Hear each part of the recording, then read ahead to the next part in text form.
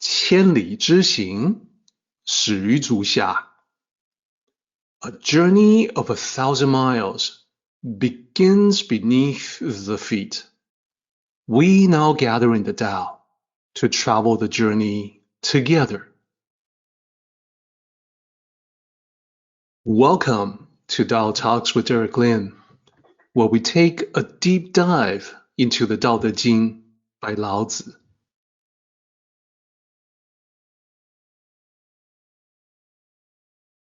I would like to extend a warm welcome to you. Thank you for joining us. I would like to invite you to center your thoughts and direct your attention to this moment in time, to the here and now, to be fully present and mindfully aware as we all ready ourselves for this sacred process in the Tao with one another.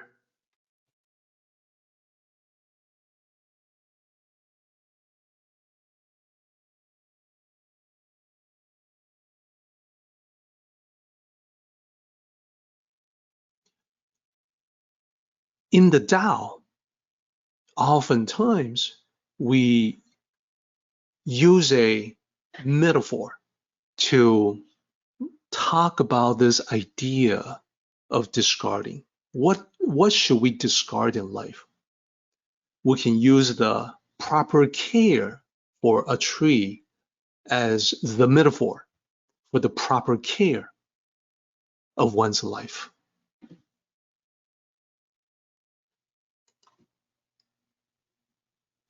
So wise gardeners know that in order for a tree to grow tall and strong, they must pay attention to its needs.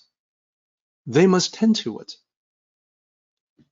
One of the first things that they must do is to remove weeds around it to avoid root competition. And root competition just means that the plants that you want, the tree, is forced to share the water and nutrients in the soil with the plants that you do not want, the weeds surrounding it. Root competition.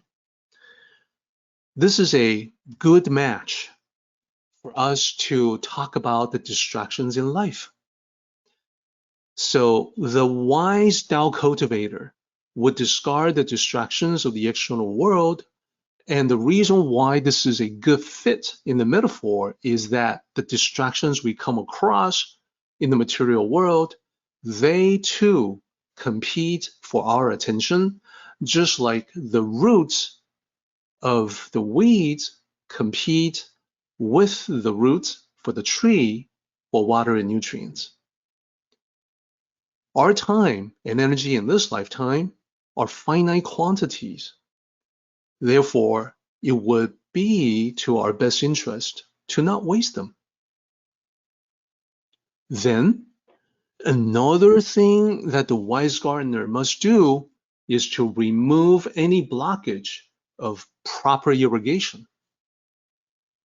This is the corresponding to the removal or discarding of physical and mental clutter that are also blocking. So the reason why this metaphor works is that on the gardening side, you want just the right amount of water to feed the tree, neither too much nor too little.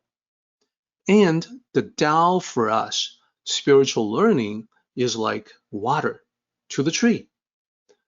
Clutter of any sort can serve as blockage.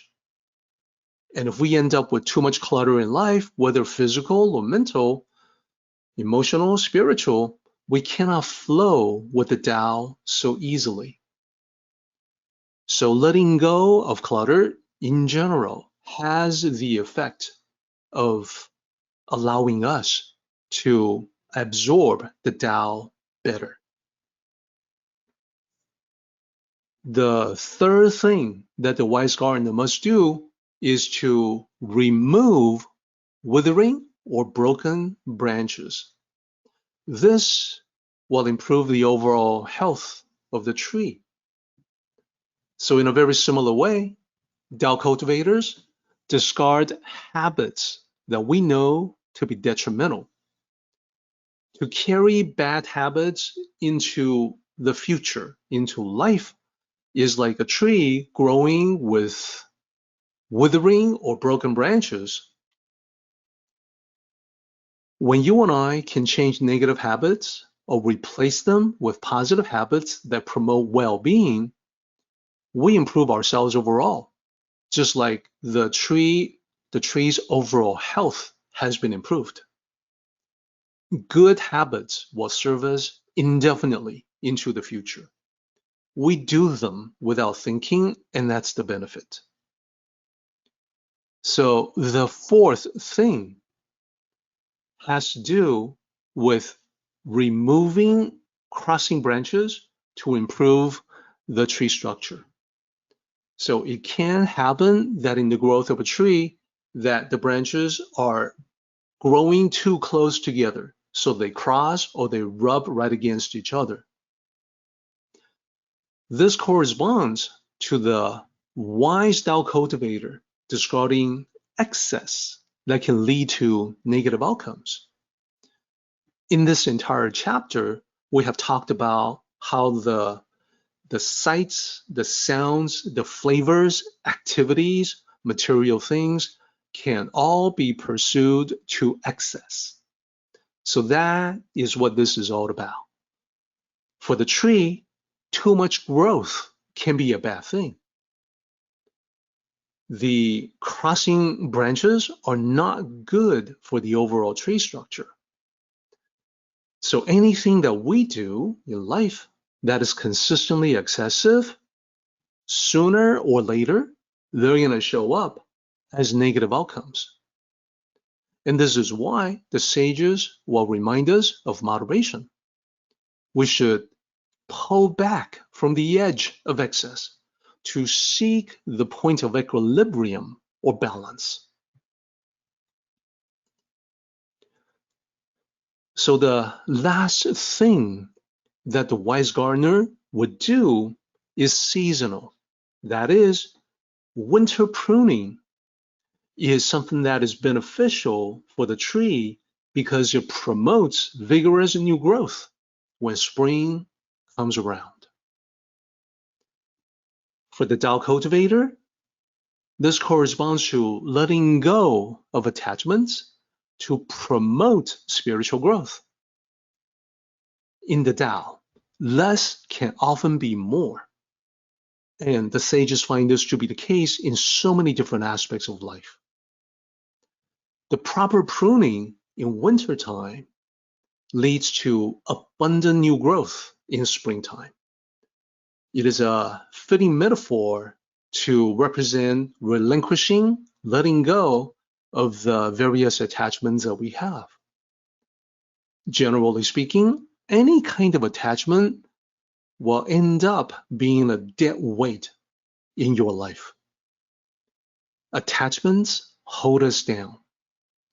They become a spiritual burden. And when you cut the string holding them to you, you do feel spiritually lighter. Just like the tree, when the right time comes, the springtime for spirituality, you will experience a burst of spiritual growth. That is, insights, perspectives, clarity, and harmony. So for all of those reasons, this is not really just the Tao of gardening, but also the Tao of discarding that, according to this particular chapter, to know what to do without in life for your own overall benefit. To talk about everything together in this chapter as a whole, I want to present one last slide to show everything together. When I say everything, it all starts with the problems we see in the material world. As we have talked about before, originally in ancient times, the sages observed the world. They noted the many issues that people had with materialistic desires. Their observations were timeless, so that today we look at the world ourselves and we see the same thing. We see the same issues that people have with materialistic desires. So listing out here, we've got the colorful distractions and temptations of the material world. That's the first one up. We have the cacophony, all the noise and lies of the material world. We encounter these every day. We have the third one, the 5 flavors, that is the excessive overindulgence, too much food and drinks. And we see this manifesting in our world as health issues, health problems, weight problems. That's very common. And then next one down, the excessive pursuit of extreme thrills. As I noted previously, today we have so many more options than we had before. When it comes to entertainment and thrills, there are so many different ways for us to pursue that. And it's not necessarily to our benefit, as Lao Tzu has pointed out. And then lastly, at the bottom, the excessive pursuit of desirable goods, or goods that are difficult to acquire and therefore people find them to be irresistibly desirable. So the sage is in a position to watch all these. But the sage, unlike most people, can rely on the Tao. The sages have guidance from the Tao on how to handle all 5 of these categories that we have talked about. So for the 5 colors, the distractions and temptations of the material world, the sages can draw from Tao Te Ching that in chapter 33, it talks about contentment. The line from 33, highlighted here in blue, says, those who know contentment are wealthy. So that right there is a penetrating remark to let us know that those who do not know contentment are going to be forever mired in poverty. They see the 5 colors and they just want more. There is no end to the distractions and temptations that one can see. Just when you think you've got the latest and greatest, a new generation of better and sleeker comes along, which only causes more envy and lust. So contentment is the key. The best way and the only way to handle the 5 colors is the mastery of contentment. Without it, well, the 5 colors are out there, it's never enough. You always want more. When you master contentment, one can truly be happy and truly be wealthy at any level. So what about the 5 sounds? The pleasing words, the cacophony. The sages can draw from Tao Te Ching Chapter 26, which addresses quietness. In the highlighted line, it'll say, quietness is the master of restlessness. We have talked about how the overstimulation in the material world causing people to be restless physically, mentally, and spiritually. And all the sights and sounds, especially the sounds. In addition to the 5 colors, we have to deal with the 5 sounds. Just like the sights, the sounds can be attractive to many people. For instance, when people travel, many flock to crowded tourist destinations Why? Because these destinations seem to be so dynamic and active. So people want to experience that. And when people communicate, many like to spread rumors and gossip. Why? They want to add even more noise to life. Tao cultivators would be the very opposite. They recognize the noisiness is not our original state. Therefore, Tao cultivators cultivate quietness internally and externally. Cultivating quietness internally has to do with the internal work, like contemplation and meditation practices that give one the tools necessary to shut off the internal noise. Now let's move on to the 5 flavors. Here, Tao sages can draw upon Tao Te Ching Chapter 80, which talks about savor their food. This is a shorthand way to talk about how one can live the simple life and actually enjoy every moment. So I want to be clear. It isn't that enjoyment of food is forbidden in the Tao. Quite the opposite. When one practices the Tao, one realizes the better way is to enjoy in moderation so you don't end up bloated, numb, and jaded. In other words, you're preserving your ability to enjoy for as long as possible. So the overall effect in life is that you actually end up maximizing enjoyment over your entire lifetime. So far from forbidding enjoyment, this is the way to maximize enjoyment. That's a crucial distinction. So what about the 4th category? All about racing, hunting, thrilling activities.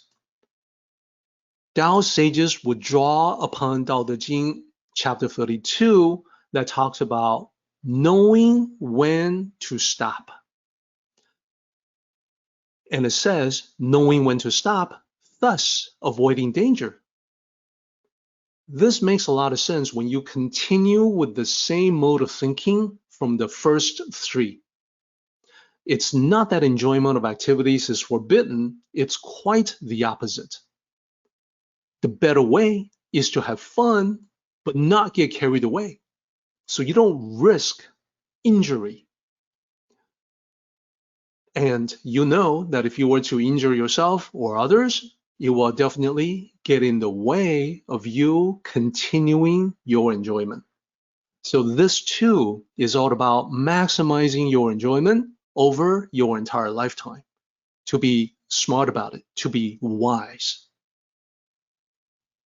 And then last but not the least, for material things, Tao sages can rely on Chapter 3 that says, do not treasure goods that are hard to obtain. It's the same expression as found in this chapter. The goods that are difficult to acquire, the goods that are hard to obtain, there are synonyms saying the same thing. And as I noted, this is connected to the first remedy about the eyes, because goods are one category of things that one can see leading to desires. The sages recognize the subjective nature of value in material objects. That is to say, one person may, as an example, have an extensive collection of certain things. And this person, this collector, is constantly looking to complete the collection. And this could be anything. Someone may collect statuettes of frogs. Another person may collect dolls, toys, action figures. The list goes on and on. The bottom line is that before too long, after some decades, the collector passes away. What happens to the collection? It is sold sometimes for pennies on the dollar, or it is donated, or it is trashed. When you see this from the perspective of the Tao, transcending a lifetime, the perspective tells us one thing. There is no need to treasure such goods in the first place. Exactly as Tao Te Ching Chapter 3 says. So for all of these on the right-hand side, these are what Lao Tzu meant by caring for the stomach. While everything on the left-hand side is what he meant by the eyes.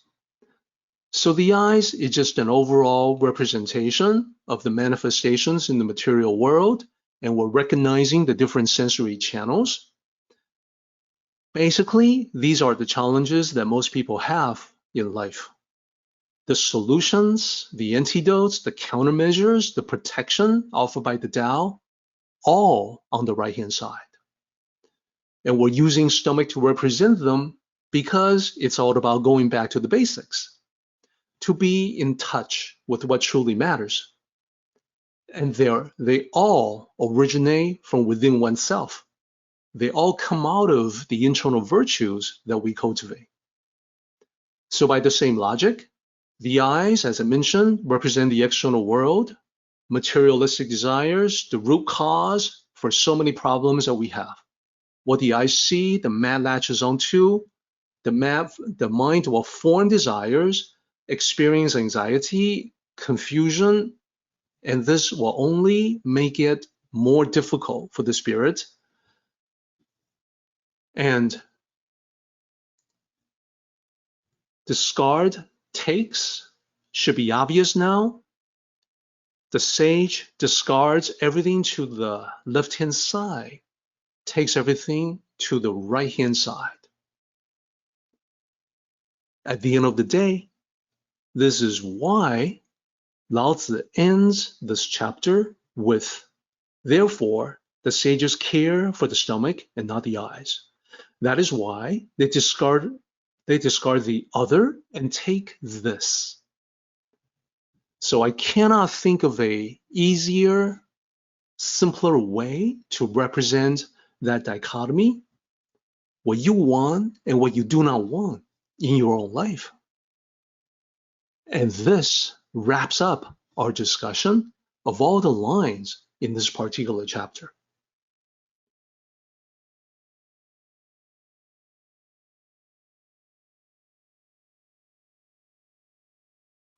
Our meeting has come to an end, but the journey continues on. Until next time, may the Tao fill you with peace and happiness.